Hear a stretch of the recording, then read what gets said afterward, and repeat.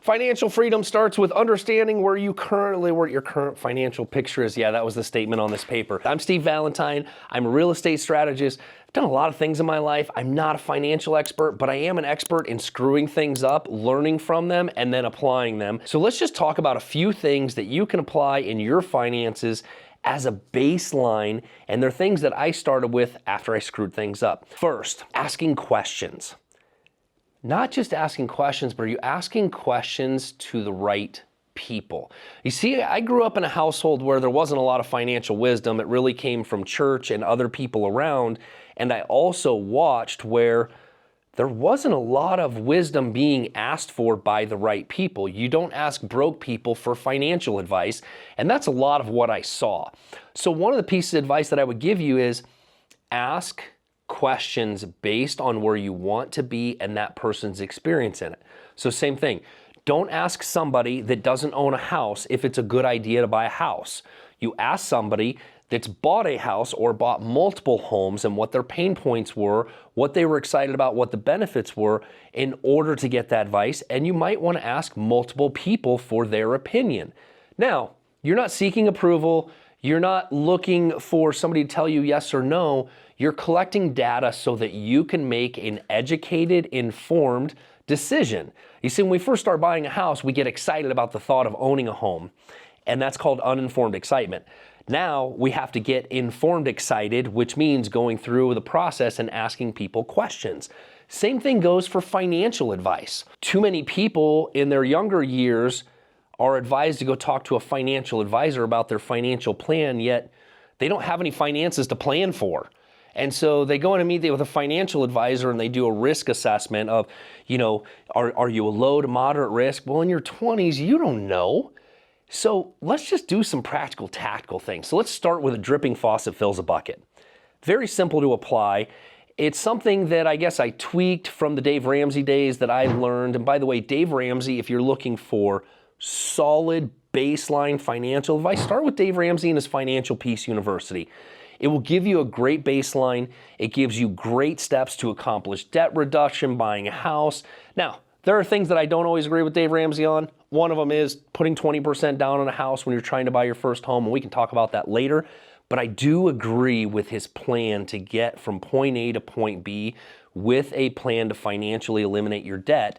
And it really is a dripping faucet that fills a bucket, because what Dave advises is you take the smallest debt, you take as much money as you can, you whack away at it, right? So you turn that faucet on, whatever extra money you have is whacking away.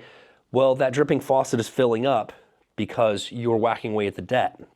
One thing I would add to that, which we learned the hard way early on in life, is when Wendy and I lost everything in 2008. We were not prepared and we didn't have anything in savings. And what happens when you don't have things in savings is you are obligated to keep the job you have, and you don't have the freedom to make the choice of, I don't want to stay at this job anymore, it's toxic, I have some savings, I can move, I'm okay. If you don't have any savings, you don't have a reserve, you are constantly obligated, and obligation creates resentment. So when you feel obligated because you have no way out, or you don't have another job lined up, or you don't have safety, you're obligated to stay put in that job because you don't know what's next. We can avoid that obligation if we start with something small. Say your paycheck, we're going to divide it up in percentages, but we're only going to start with one right now. I would encourage you to just take 5% of your paycheck in your direct deposit and deposit it into a bank that you don't normally use. So go find a bank that, maybe a credit union, something that's a little smaller, whatever you want to do, and just start having a direct deposit of 5% put in that. And don't look at it.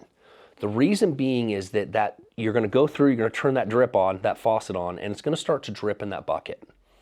And over time, it's going to start filling up. And the purpose of this is that it's delayed gratification, and you're creating something that is going to rock your world over time, which is the financial habit of taking a percentage of your income and putting it aside for something that you really want, whether it's vacation, whether it's savings, whether it's security, whether it's an investment, whether it's a party, whatever that is, you can designate for it. But right now, we just want to create the small financial habit and the mental capacity of a dripping faucet fills a bucket. Now, how did we apply that and what was the purpose of it? Well, when we had so much debt that we were trying to get out of, that 5% after a year equated to $27,000 in savings. Well, we needed 15 in reserves for 3 months of security, which meant we could pay our bills.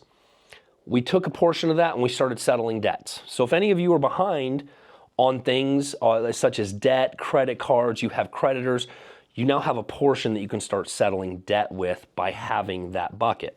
So here's the purpose in where we start. First, we want to ask questions of the right people to get that advice. Second, we want to start setting up that dripping faucet that fills a bucket. And here's why. It's very similar to health, right? And health means we got to go on a diet. But what happens when we go on a diet? We feel we're depriving ourselves. So this isn't a diet. We're creating muscle memory and we're creating things that are going to make a difference in our financial future, because if you can create this small habit, you start to realize the bigger habits and it creates a win that gets you excited about what's happening in your financial future. The third and most important piece of this is where you're going. Now, most of you will look at or talk to, and we start talking about retirement. And if that might be 30, 40, 50 years down the road, and people are like, well, focus on retirement. I want to change the word. Can we wordplay for a second? Retirement is freedom. That's all it is.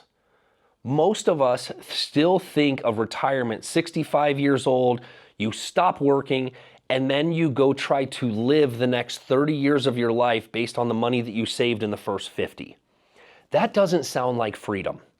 Freedom is when you have the ultimate choice based on the wealth that you've built and the money you've earned to choose to work with who you choose to and what you choose to do.